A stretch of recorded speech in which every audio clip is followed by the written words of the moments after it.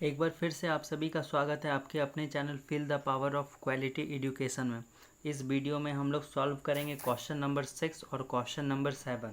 ठीक है, तो क्वेश्चन नंबर 6 में हमारा दिया हुआ है रिक्त स्थान भरिए। क्वेश्चन नंबर 6 में दिया हुआ है रिक्त स्थान भरिए, फिलिंग इन द ब्लैंक्स है। ठीक है, तो कहने यहाँ पे देखिए -5/12 है प्लस -12/5 है, तो ये बराबर है, बोल रहा है ये बराबर है किसके, इसके बराबर। तो क्या ये जो टर्म है वो इसके बराबर है? नहीं, इसके बराबर नहीं है। ठीक है, तो यहाँ पे हमारा क्या घट रहा है, यहाँ पे हमारा घट रहा है -5/12, तो हम लोग यहाँ पे लिखेंगे -5/12। ठीक है, जो 5 रुपया है वो किसके बराबर होगा? वो 5 रुपये के बराबर होगा। क्या 5 रुपये कभी भी 6 रुपये के बराबर होगा? नहीं, वो 6 रुपये के बराबर कभी नहीं होगा। ठीक है, तो उसी तरह यहाँ पे जितना दिया हुआ है हमें उतना ही यहाँ पे करना है। ठीक है, इन दोनों को हमें बराबर करना है। तो यहाँ पे -7 + 13/8 दिया हुआ है, यहाँ पे -7 नहीं है, तो हम लोग यहाँ पे -7 को फिल कर देंगे, तो ये आपस में क्या हो जाएगा, बराबर हो जाएगा। ठीक है, यहाँ पर क्या घट रहा है देखिए, यहाँ पर 17/-5 है, 7/8 है, तो ये 7/8 है, 17/5 है, तो क्या घट रहा है, -3/7 घट रहा है यहाँ पे। तो यहाँ पे हम लोग क्या -3/7 को फिलअप कर देंगे। ठीक है, ये माइनस में है और ये प्लस में है ना। तो जो इस साइड है, इस साइड प्लस वाला नहीं है, तो इस साइड प्लस वाला नहीं है, तो हम लोग इस साइड प्लस वाला लिख दीजिए, है ना। और इस साइड जो है माइनस वाला नहीं है, तो इस साइड हम लोग को माइनस वाला लिखना है। ठीक है, तो अब क्वेश्चन नंबर 7 की तरफ हम लोग चलते हैं। क्वेश्चन नंबर 7 में दिया हुआ है कौन सी परिमेय संख्या का योज्य प्रतिलोम व स्वयं है। ठीक है, तो योज्य प्रतिलोम क्या होता है? योज्य प्रतिलोम हमने पहले पढ़ चुका है। योज्य प्रतिलोम हम लोग जैसे यहाँ पे दिया हुआ है 5, तो 5 का योज्य प्रतिलोम क्या होगा? 5 का योज्य प्रतिलोम होगा -5, तो 5 में -5 जाएगा तो क्या होगा? 0।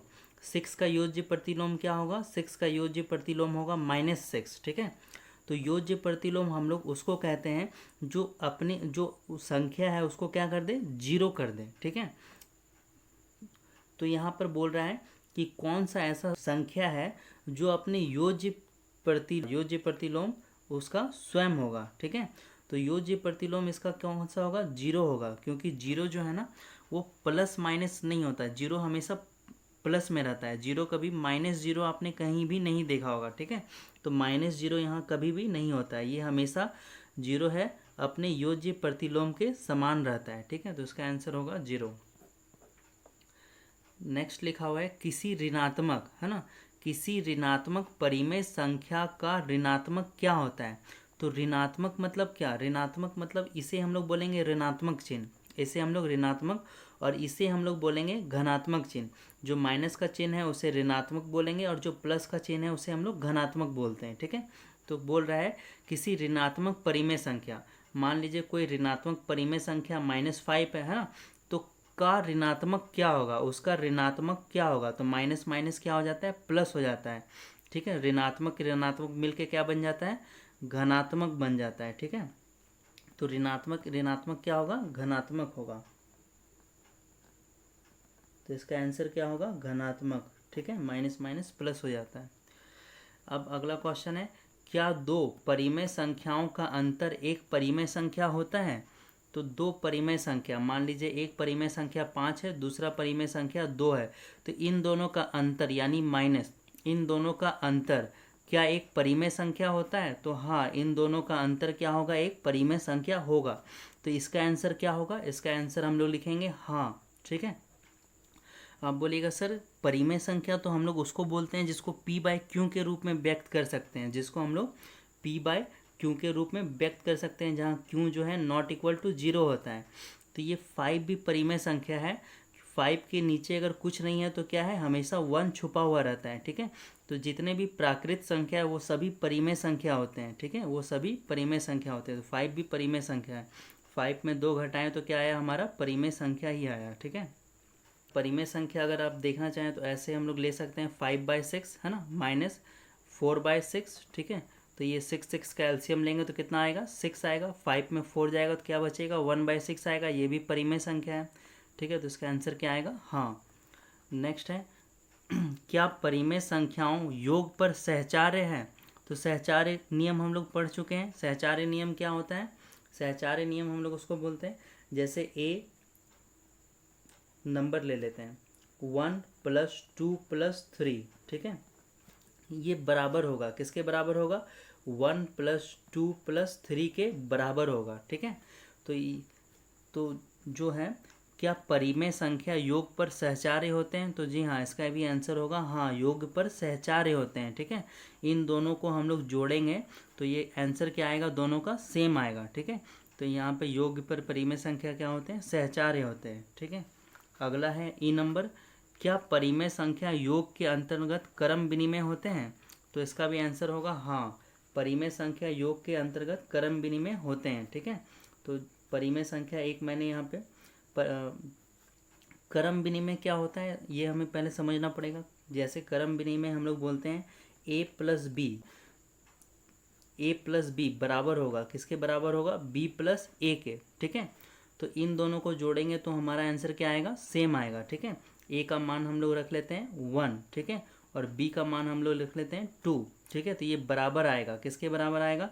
b + a का, यानी 2 + 1। तो ये दोनों आपस में क्या आएगा? बराबर आएगा, ठीक है। तो जो परिमेय संख्या होता है वो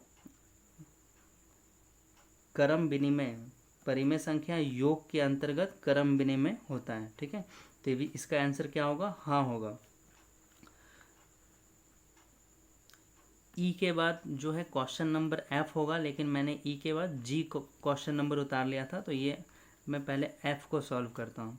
क्या परिमेय संख्याएं व्यवकलन के अंतर्गत क्रम विनिमय होते हैं? व्यवकलन मतलब माइनस, घटाना, ठीक है। तो जैसे अगर हमने 4 में 3 को माइनस करेंगे, 4 में 3 को माइनस करेंगे तो हमारे पास क्या आएगा? 1 आएगा, ठीक है। लेकिन अगर इसी को हम लोग 3 में -4 करेंगे तो हमारे पास 1 आएगा? नहीं, हमारे पास -1 आएगा, ठीक है। तो जो परिमेय संख्या होते हैं वो व्यवकलन के अंतर्गत क्रम विनिमय नहीं होते हैं, क्योंकि इन दोनों का आंसर अलग अलग आता है। तो इसका हम लोग आंसर लिखेंगे नहीं।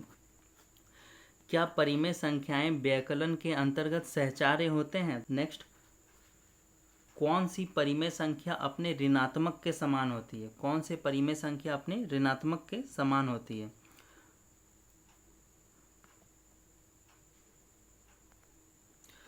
कौन सी परिमेय संख्या अपने ऋणात्मक के समान होती है? तो कौन सा परिमेय संख्या होगा? 0। 0 जो है अपने ऋणात्मक के समान होता है, हमेशा माइनस के समान। तो ये जो 0 है उस -0 कभी भी कहीं भी लिखा हुआ नहीं होता, हमेशा क्या होता है? 0 होता है, ठीक है। तो ये जो है अपने ऋणात्मक के समान होता है, ठीक है। तो ये होगा इसका आंसर 0। यहाँ पे लिखा हुआ है योज्य तत्समक। योज्य तत्समक हम लोग उसको बोलते हैं जैसे अगर कोई संख्या है, संख्या क्या है? 4, ठीक है। तो 4 में हम लोग ऐसा कौन सा संख्या जोड़ेंगे कि इसका वैल्यू चेंज नहीं होगा? इसका वैल्यू चेंज नहीं होगा। अगर हम लोग 4 में 1 जोड़ेंगे तो इसका वैल्यू चेंज हो जाएगा, क्या आ जाएगा? 5 आ जाएगा। तो योज्य तत्समक वो होता है जिसमें किसी भी संख्या पे कोई अंक जोड़ने पे इसका वैल्यू चेंज नहीं होता है। तो अगर हम लोग यहाँ पे 0 जोड़ेंगे तो इसका वैल्यू चेंज नहीं होगा, ठीक है, 4 ही होगा। तो योज्य तत्समक क्या हो जाएगा? 0, ठीक है। ये होगा इसका